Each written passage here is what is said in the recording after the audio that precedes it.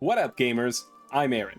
Are you 712 item level yet? With your 4 set, your special raid boots, and any trinket you could ever want? Well, unless your guild does split raiding, or you're luckier than whoever sized Xal'atath's toe ring, well then the answer is probably no. You might know split raiding from the Race to World First event, where you get so excited to watch mythic progression on all new bosses, just to find out that they're killing the 3rd boss in Heroic for the 26th time in a row. Well, split raiding isn't always the most degenerate thing you can imagine, but how much of an advantage is it really? Well, in case you don't understand this dark technology, I'm gonna run you through it real quick. See, the basic premise is that in a World of Warcraft raid, every boss drops about 1 piece of loot for every 5 players on average. This means that throughout a whole raid, most players are walking away with about 1 to 2 pieces of loot.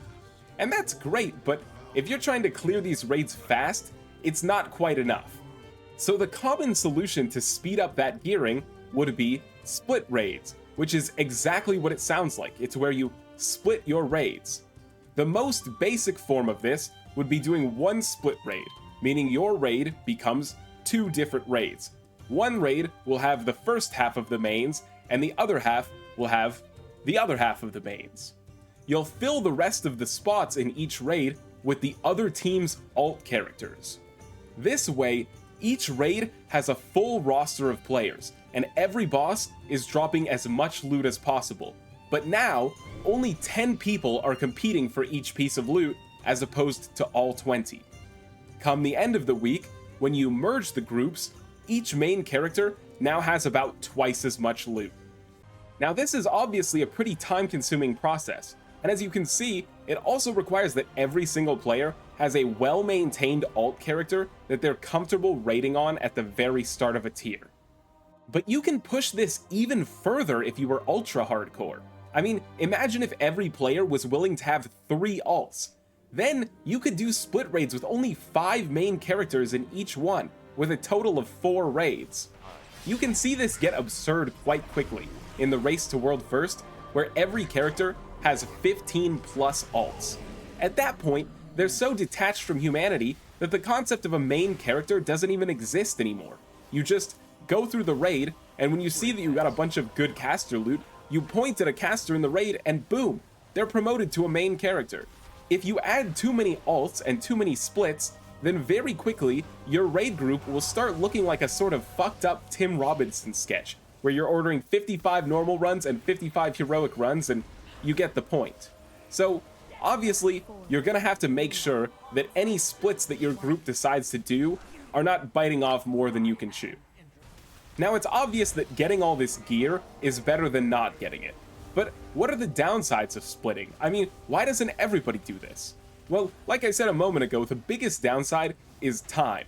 The amount of raids that you're going to have to do skyrockets incredibly quick as you start adding more and more splits. And so, if your guild raids only 6 or 9 hours a week, you have to kind of wonder how worth it is to do a split raid. Because by the time you finish, you might not really have much time to merge the groups and accomplish anything of note, whether that be a week 1 AOTC or even the first couple mythic bosses. The second downside to splits is that you have to have guys who are strong enough to carry.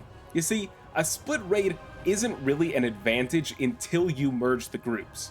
Up to that point, split raiding is almost more of a disadvantage than anything, because every time a main character gets a mechanic or dies, all of that loot you've given them is completely removed from your raid.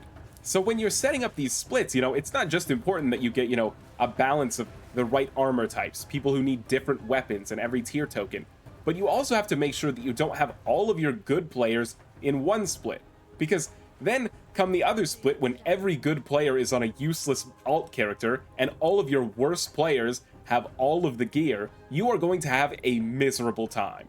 So circling back to whether or not you should do splits, the first thing you need to consider is whether or not your guild can actually do the split.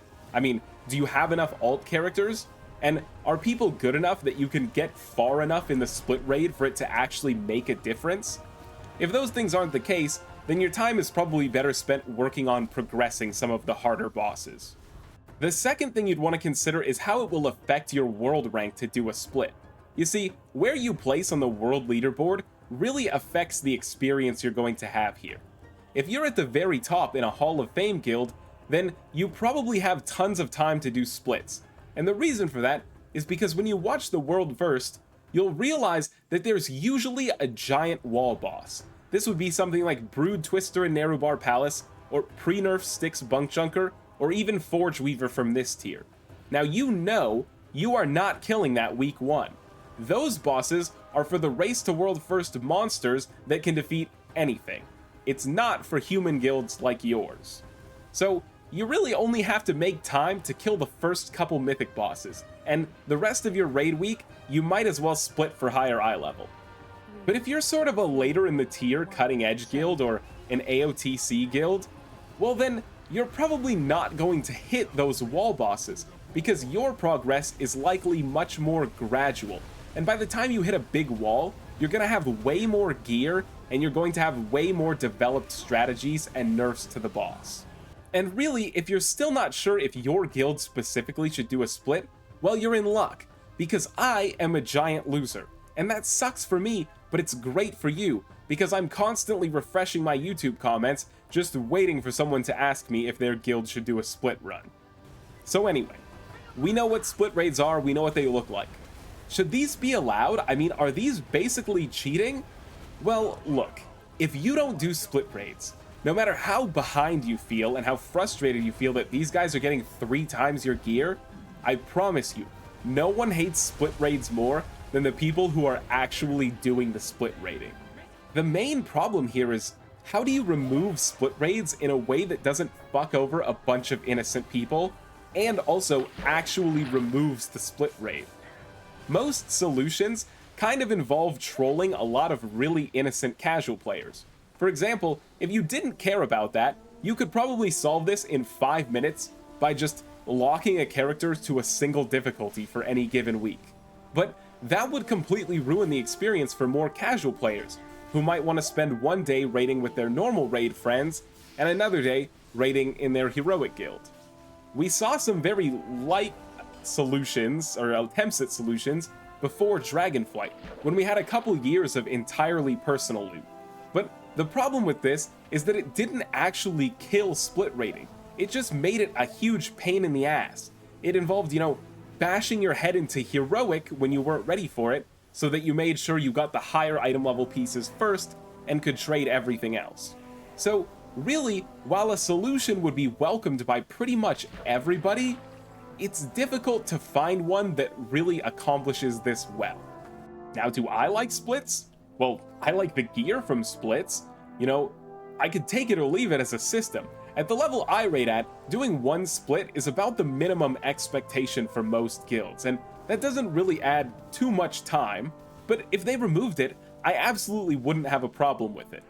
One thing that I do think would be kind of fucked up if they removed split runs, though, is that when split runs don't exist, the loot that drops off a boss becomes incredibly important. Let me give you an example. Imagine your guild had no rogues whatsoever, and when you killed Lumathar, he dropped 3 agility daggers. Well, now everyone in your guild is screwed over, because the entire loot from this boss is made for someone that you don't have. Your guild is no more geared than it was before you killed it. The next kill is going to be just as hard as this one was. And you can see this too with tier tokens. I mean, when tier tokens are more scarce, then the odds that anyone without an OP 4 set actually gets one goes way down. So really, I think split raids do one thing great, and that's that it makes it so that way more people can have the minimum required gear to feel powerful and feel ready for a raid. So if these were gone, I would hope there would be some solutions towards that avenue of gearing that don't, make it feel like you've just got completely screwed over if you get one boss of bad loot.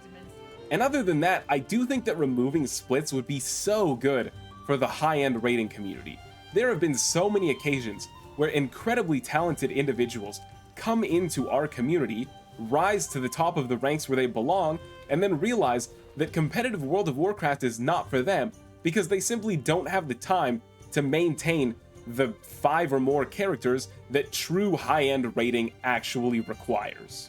But at least for now, I mean, removing splits seems kinda like a faraway dream. But anyway, that's split rating.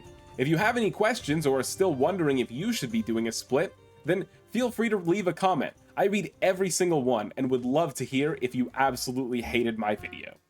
Regardless, my name's Aaron, and thank you so much for your time. Peace.